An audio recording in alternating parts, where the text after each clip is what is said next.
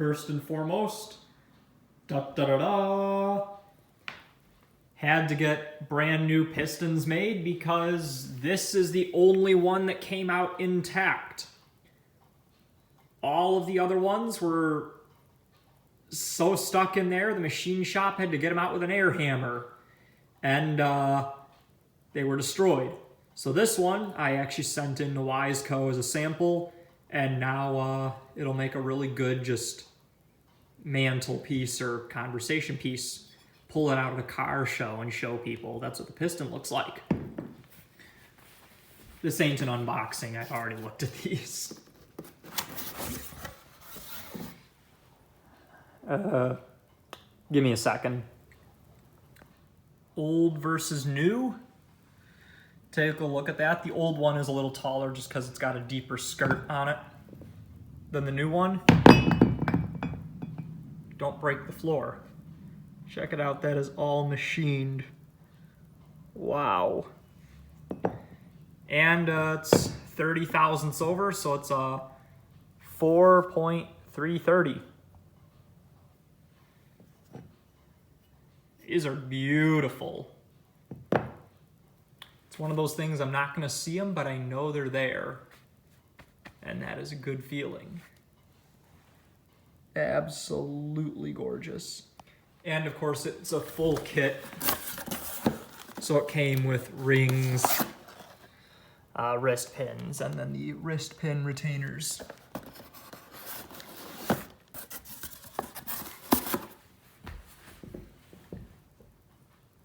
Awesome.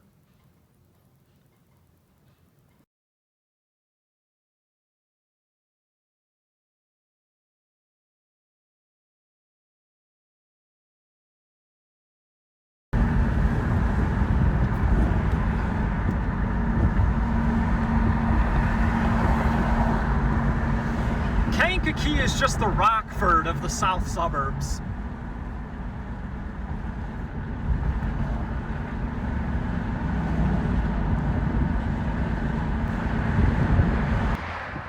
It's just like Rockford. You pass a huge lot full of junk cars on the interstate. Except it's Acme Auto Parts instead of the Greater Rockford Auto Auction.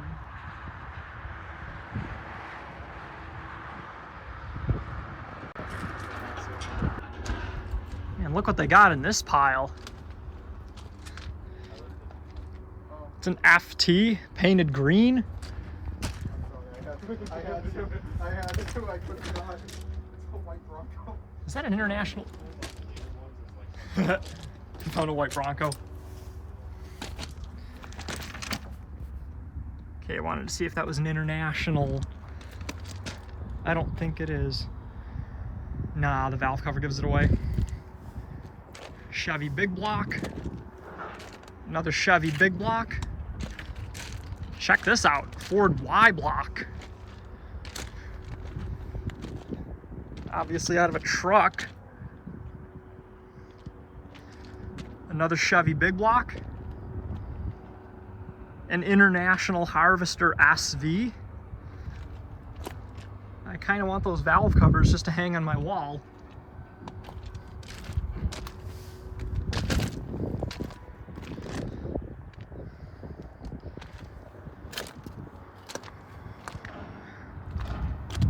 Cummins 24 valve. I'm not really a diesel guy, so pardon my ignorance. Another big one. It's a Caterpillar something over there. Another FT. And of course, on this funky green FT, there's what we're after. Let's get cracking.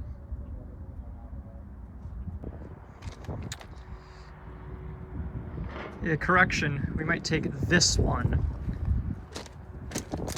That bell housing looks more like the one I have. That one's huge. So I think that's more likely to fit. We'll take that one. Well, it's off, which is good because, you know, reproductions are like $150 online and they're always out of stock. They rarely go up for sale for some reason, despite it being a part that like everyone needs. And then occasionally when they do go up for sale, they're expensive. So hopefully I just got it for cheap. You know, we only risked our fingers to get it. You ever had to rotate a big block with a rotten fence board?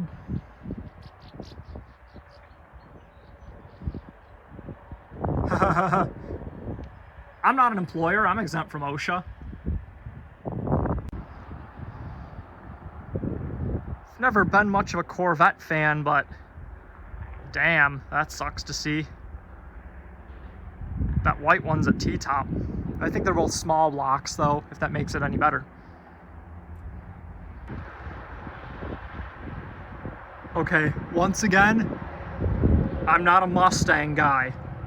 I'm not really a pony car guy, but holy F. Look at that. I don't know if that's factory.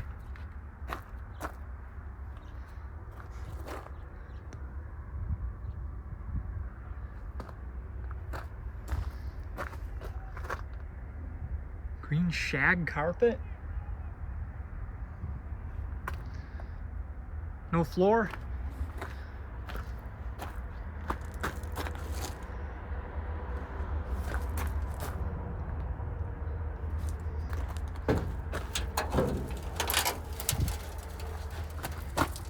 Can't tell if those are small block or big block engine mounts.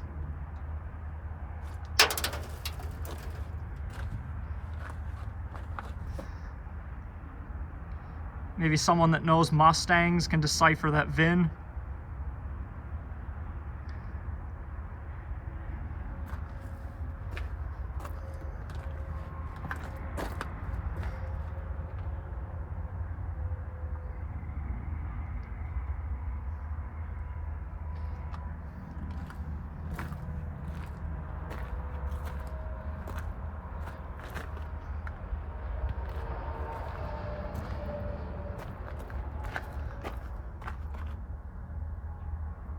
Might have had an automatic. I think there's a thing on the column.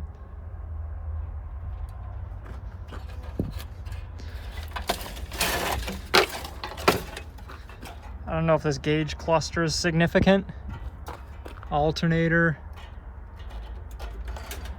oil pressure, fuel,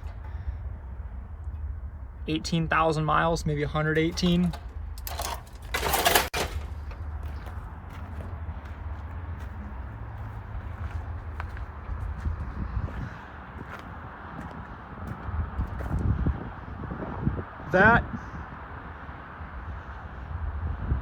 That is cool.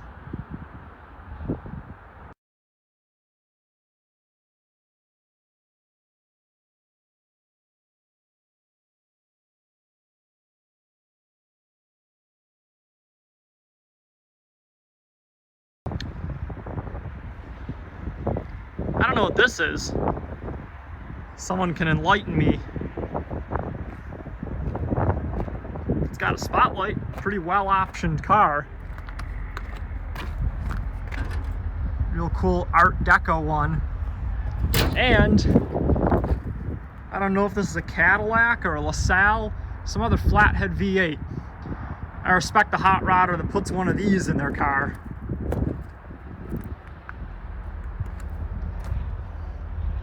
Obviously the Ford flathead is a favorite for a reason, but you know, I enjoy creativity. This is interesting. Jaguar with a V12. This is not every day you see one of these. Okay, yeah, I'll say they're problematic, but I mean, come on, imagine rolling up saying you got a V12. The Kankakee Comet.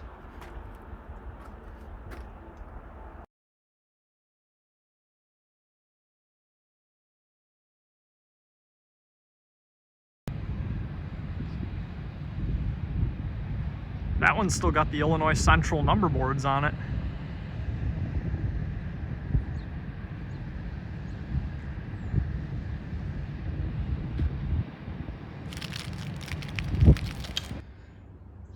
got some other goodies while I was out at Acme.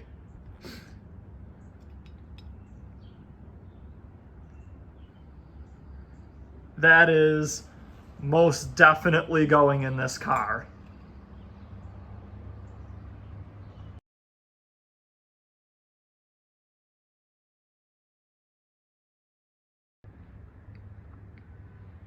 And today, April 30th, 4/30/24. My 4:30 came home.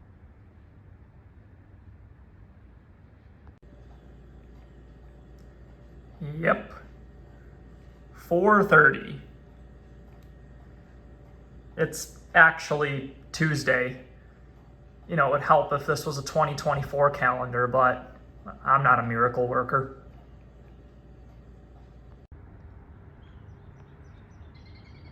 And almost right off the bat, I had a heart attack. I bought this Holley 1850-3. So this is a later 1850. I actually believe the 1850-1 was developed for the MEL. So if you have an 1850-1, it was very likely a Mercury carburetor. But I got this -3 so I could get an extra PCV port on the side. It does have manual choke, but this car has manual choke, so I'm not gonna mess around with automatic choke. But I went to test it. Uh-oh. Oh no. The butterfly valve's too big or something? Nope.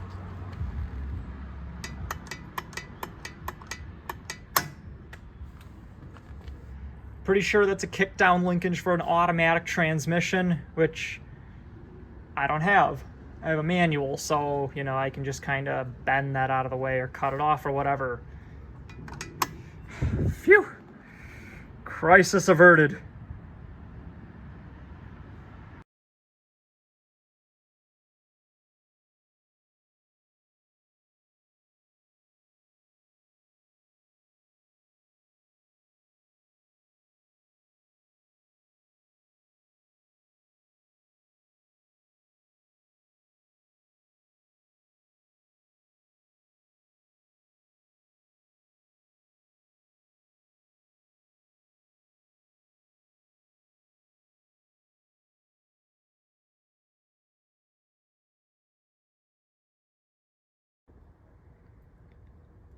One of the very important things to do is going to be the degreasing and derusting of small components that the machine shop didn't touch. For example, here's some stuff I've had that's been sitting in the metal rescue. This is my timing pointer, and this is a little divider that sits in the valley, under the valley pan in the engine. This has to do with the road draft tube system, although I'm going to reuse it for a PCV conversion. But I do also have bags of fasteners and such. I got more odds and ends in there, pieces of the road draft tube. This is the little block off plate for the road draft thing on the back of the block. So a lot of it is really greasy. So I got a 3-part system going here. This is a tray of automatic transmission fluid. ATF is a very good detergent. So I'm gonna take greasy, oily, rusty stuff. I got a couple of bolts in there from the generator bracket. Stick them in there. Then I got a junk pot full of soapy water. It's good Dawn dish soap. That's to wash them. Then I have this tray filled with the metal rescue. So they go from ATF for, you know, anywhere from a couple minutes to a couple hours, whatever they need. They get washed off in the water. I'll agitate it. I'll go get a scrubby pad, do that. And then they go sit in the metal rescue again for however long they need. And this is a process that I'm hopefully going to have running in the background 24/7. It's very passive, but it is something very important that needs to be done. So while we're doing everything else, I'm going to have this process running to clean up fasteners and other small odds and ends.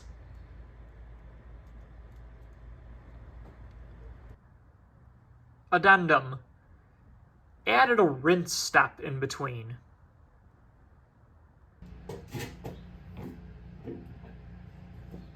And clean off the oil pan. That's all shiny metal, that's all rusty, but it doesn't have any holes in it. I don't have any wood to knock on. Wait, firewood pile. Right?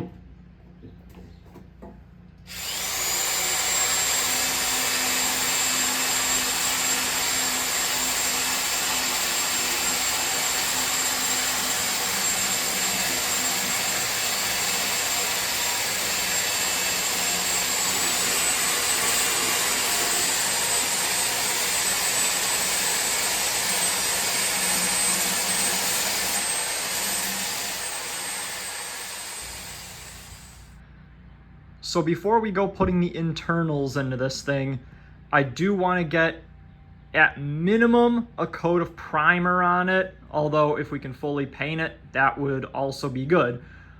Reason being, you can see some of the components are starting to flash rust.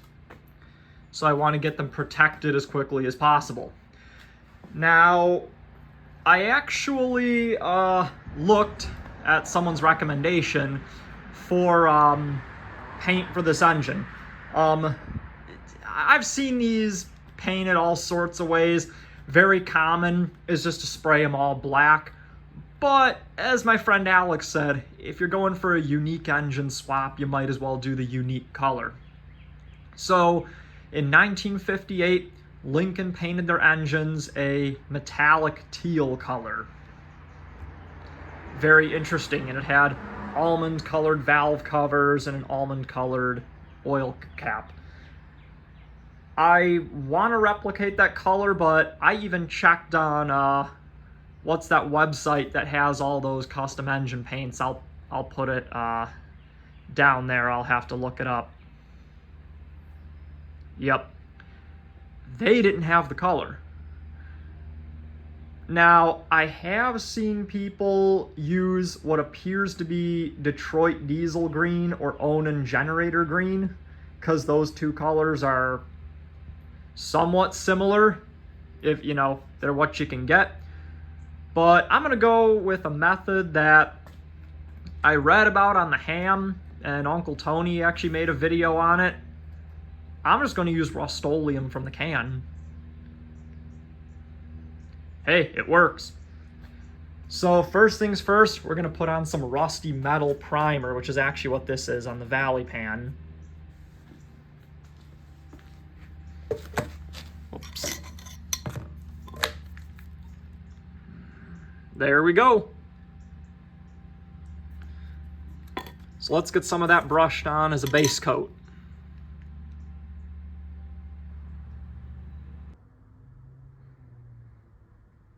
Those. Timing cover.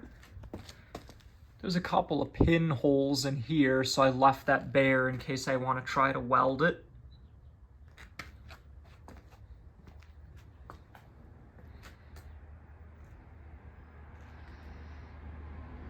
Look at that.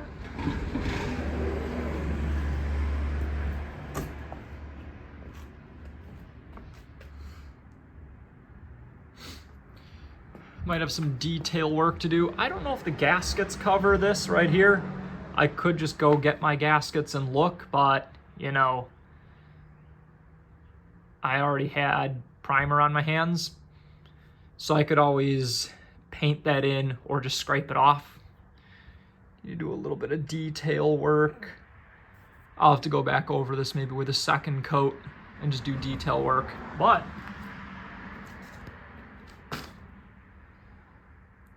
that's a good start. Now we're gonna have to let this sit here for, what, 2 or 3 hours. I'll have to read the instructions on the can to dry, and then those parts have to be flipped over. Intake manifold's gotta be taken off and flipped over because I gotta do the other side. And like I said, we'll go around the block and heads and do some detail work.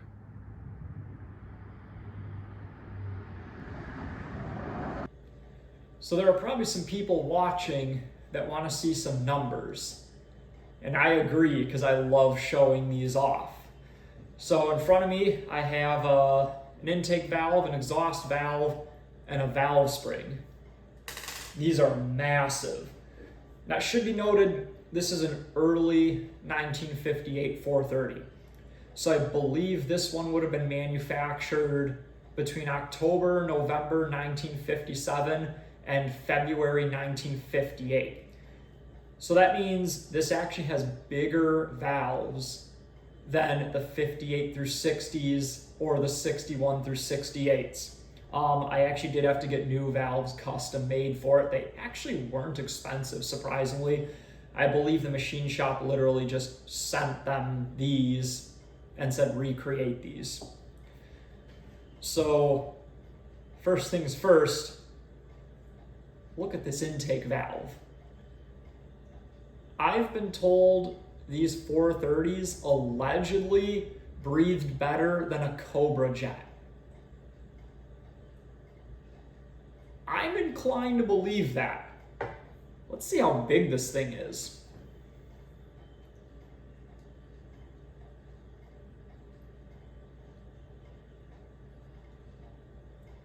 So right now,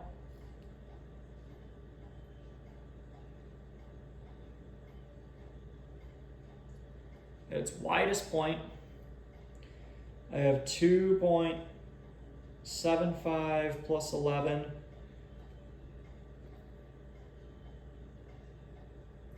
2.086 for an intake valve. That's a pretty big valve. If these numbers are off, it is also possible these might be worn down a little bit. So if you cross-reference them and find out I'm a couple thousandths off, you know, see what this exhaust valve is measuring.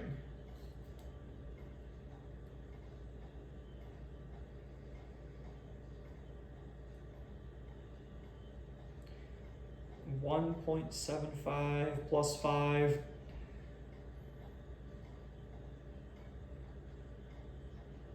.8 inches for an intake valve.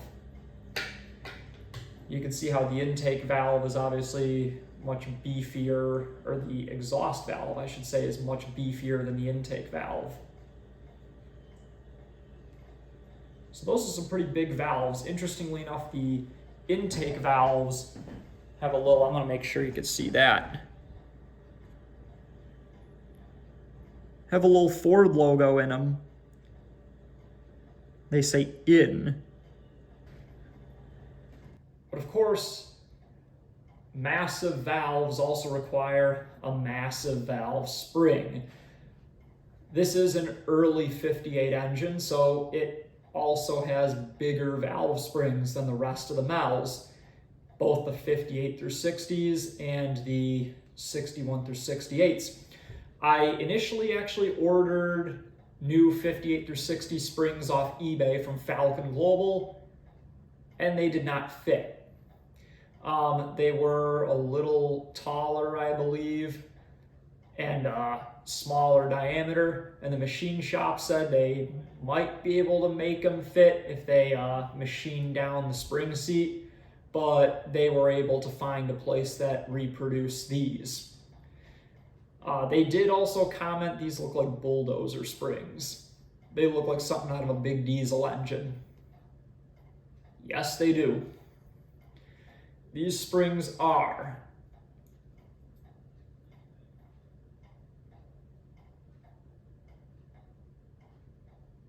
2.08 inches tall, 2.080 inches tall. And at the widest diameter, they are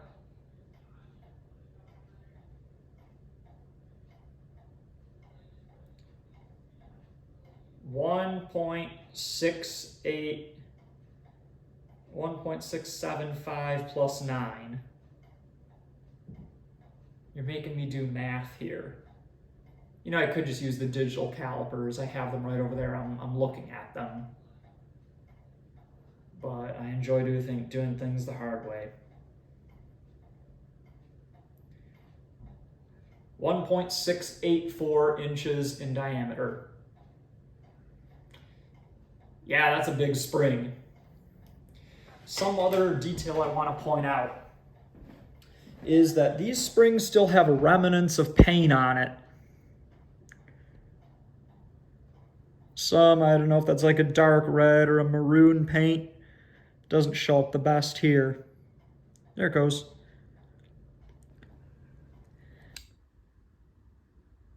Here's a different spring with better paint so you can see it.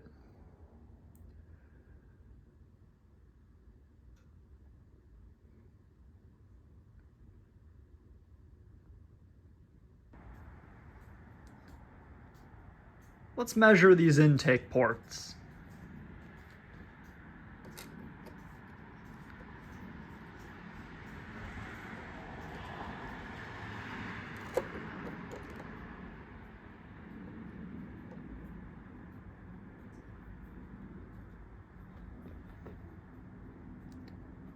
Better than a Cobra jet? I'd believe it.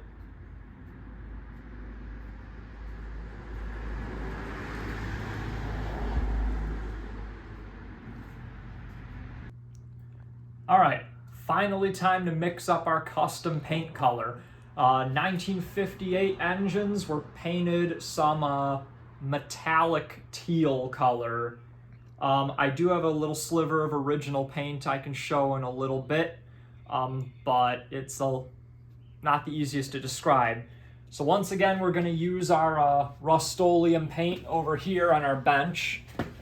And this is how we're going to mix the color. I might have to look up a tutorial, found some videos on YouTube of how to make teal. We got yellow and blue, so the gloss sunburst yellow, the gloss royal blue. I got gloss white, so hopefully we should be able to make teal from that. I believe we'll initially have to mix blue with white to make a light sky blue, and then add yellow to it as needed. And then I do have this metallic paint that I think if we put it in will give us a little bit of metal flake because it is kind of a metallic paint. I got a jar to put it in. I'm hoping to make more than I need just in case. And I got a mixing stick. So let's see how this turns out.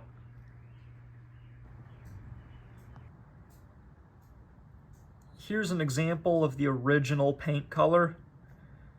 Crank pulley still has a little bit of it in that groove. So that's the color we're going to try to make. All right, y'all, this metallic paint here is kind of freaky. It literally looks like mercury coming out. And it actually does add metal flake to the paint. Like, look at that. That's actually kind of freaky. But we're adding a legitimate metal flake to the paint, or metallic.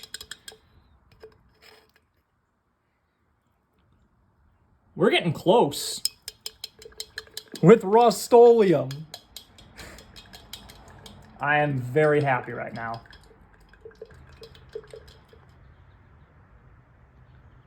It's sunset. 65 degrees. So let's get some paint on this engine block.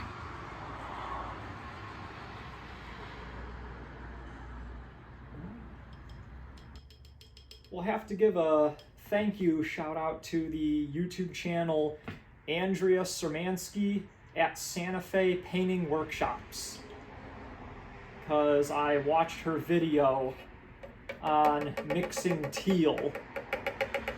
Very informative. I was actually wrong about the starting with a light blue. You actually want to start with a blue. Like the royal blue is actually the perfect example, and go from there.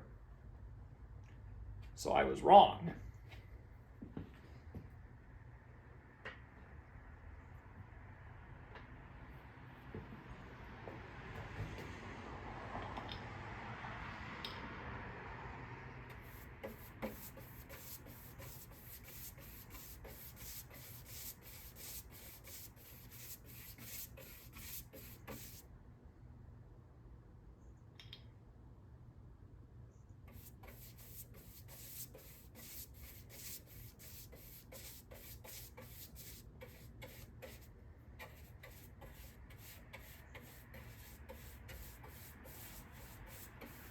I spy this possibly taking multiple coats.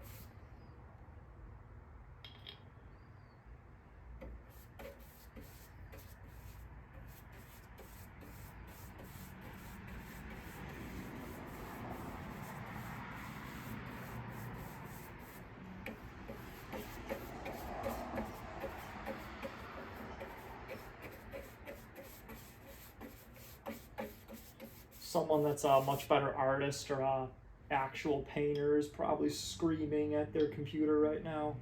Something I'm doing wrong. Oh well, it works.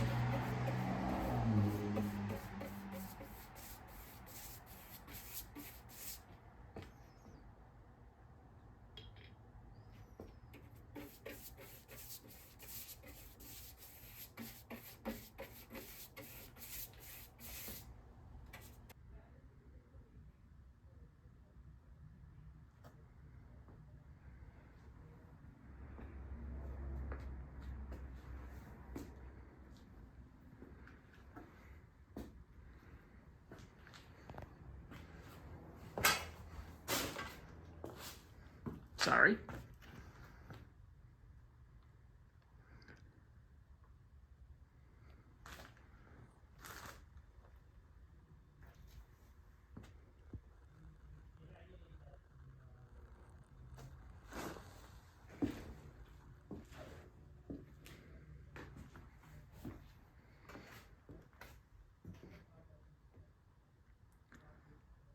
It's a little lighter than I thought it would be. I was hoping it would be a little greener, but I'm not at all going to complain about that. That is gorgeous.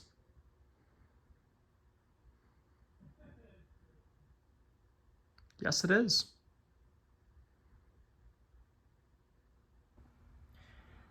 All right, so one of the other issues we're facing are some of my components that are important for the oil system rusted through. The oil fill tube has got a couple of pinholes in it right there. And there's a couple other here where it's dented. And there's the oil pan. We don't talk about that. So I did order a brazing kit for this to try to patch this in the oil pan, because flux core welding is not very watertight when I've tested it. It's just porous. It's very poor. So I've been told braze will be a lot better. But also I did have to actually cut the old cap off of this because it was so rusted. So it's a tad bit shorter. No worries, because the new cap does fit on just fine. So that won't be a problem. However, I did have to wonder, in the event I have to replace this, could I just use steel tubing or copper pipe or something? Why, it would seem unlikely they would use anything else.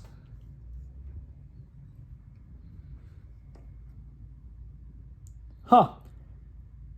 You could probably get away with using 1 3/8 steel tubing.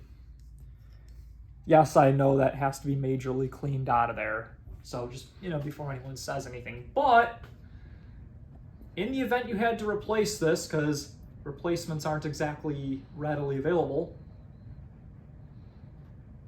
I'd say that's an option. So over here, I have my collection of camshafts. I have an early 1958 camshaft, a suspected early 58 camshaft. This is the original camshaft out of my MEL. Then I have a reproduction 1958 that I got from Falcon Global on eBay. It's Rebuilder's Choice brand. And then this is a later camshaft. I think it's a 1963 or 64 cam that I bought from Barnett a couple of months ago, thinking I might be able to use it. It turns out I can't. I'm going to show you a close-up on these cams, and I'll explain why you can't in a second. First things first, the way I measured these was I took a micrometer. This is actually an earlier Starrett 436. You can see the really thick frame on this. I don't know why. It's much thicker than a later one. It's a micrometer. You're not supposed to be cranking on these. But okay. Anyway, I just took that micrometer and I measured across the lobes like this. May not be the proper way to measure camshafts. If anybody needs to have me attempt to get them a good measurement off an early 58 cam, I'll try to do that. Now, the reason I said this is a suspected early 1958 camshaft is the fact that early 58s, so made October 57 through February 58, were slightly more aggressive than the later revised cams, which, this being a reproduction, I suspected this might be based off a revised cam. However, using my possibly incorrect non-scientific measurements, this original early 58 is giving us the smallest numbers. 1.861 for the intake and 1.857 for the exhaust. How I did that was I just measured the first two lobes on each. So, sample size of 1. It's also entirely possible these are worn down and these are fresh. Yes, that is very possible. But look at this reproduction cam. 1.902 on the intake and 1.908 on the exhaust. Much larger numbers. Then this is a later camshaft that I bought from Barnett a couple of months ago. This is a used cam and you can see the wear on it. So when looking at these numbers, it is possible it's worn down a little bit. I just think it's really interesting how exhaust almost matches the brand new one. It's only 7 thousandths off. Now, why couldn't I use this one? Well, early engines had problems with cam walk, so the cams would move around in the cam bearings and the bores. Later on, they attempted to revise that by using stepped bearing sizes. So each bearing on the cam, as you go further back, each journal gets progressively larger. But with these early ones, they're all the same size. So could you have a later cam reground to match that? Maybe. I didn't see it as worth it, so I just bought this one. A note that it is very important to measure your camshafts and make sure they do have a very slight taper on the lobes, and that ensures that the lifters will spin in their bores, which is also very important.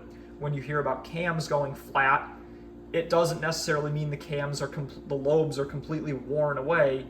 It means that taper is worn off of them, and that will cause cam and lifter failure. So here's a quick look at the specs again. Again, reason why I say suspected early is because look at those numbers.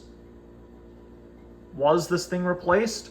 I know the timing gear was replaced with a metal one.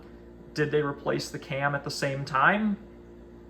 Who knows, though I'm starting to suspect so.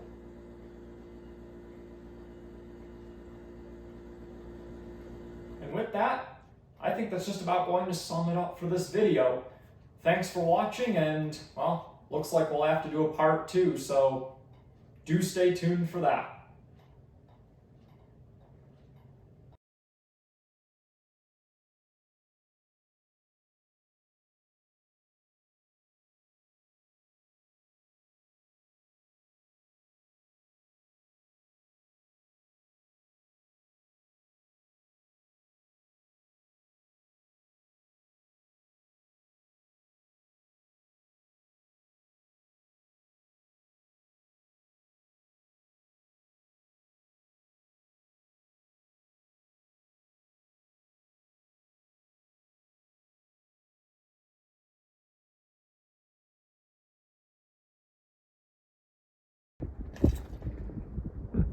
2001 Oldsmobile Alero.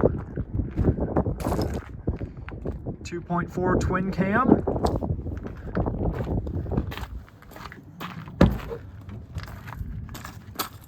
And a manual. How about that?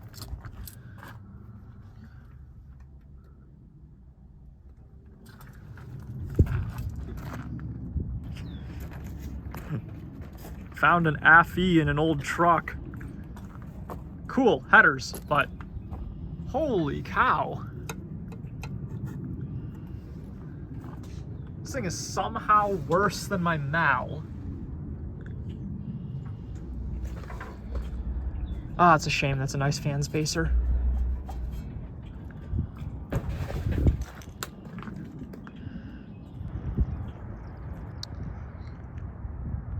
Part of our adventures in Joliet, we ventured down, I think this is Bissell Street, to come see the old factory of the Economy Motor Car Company, which existed from, I think, like 1906 to 1908. And I think there are 3 known examples surviving. Maybe there are more. But this is still very cool. That's Cass Avenue, US Route 30 down there. This is super cool. Some old rails going into it. Might have been rail served. Probably EJ&E maybe.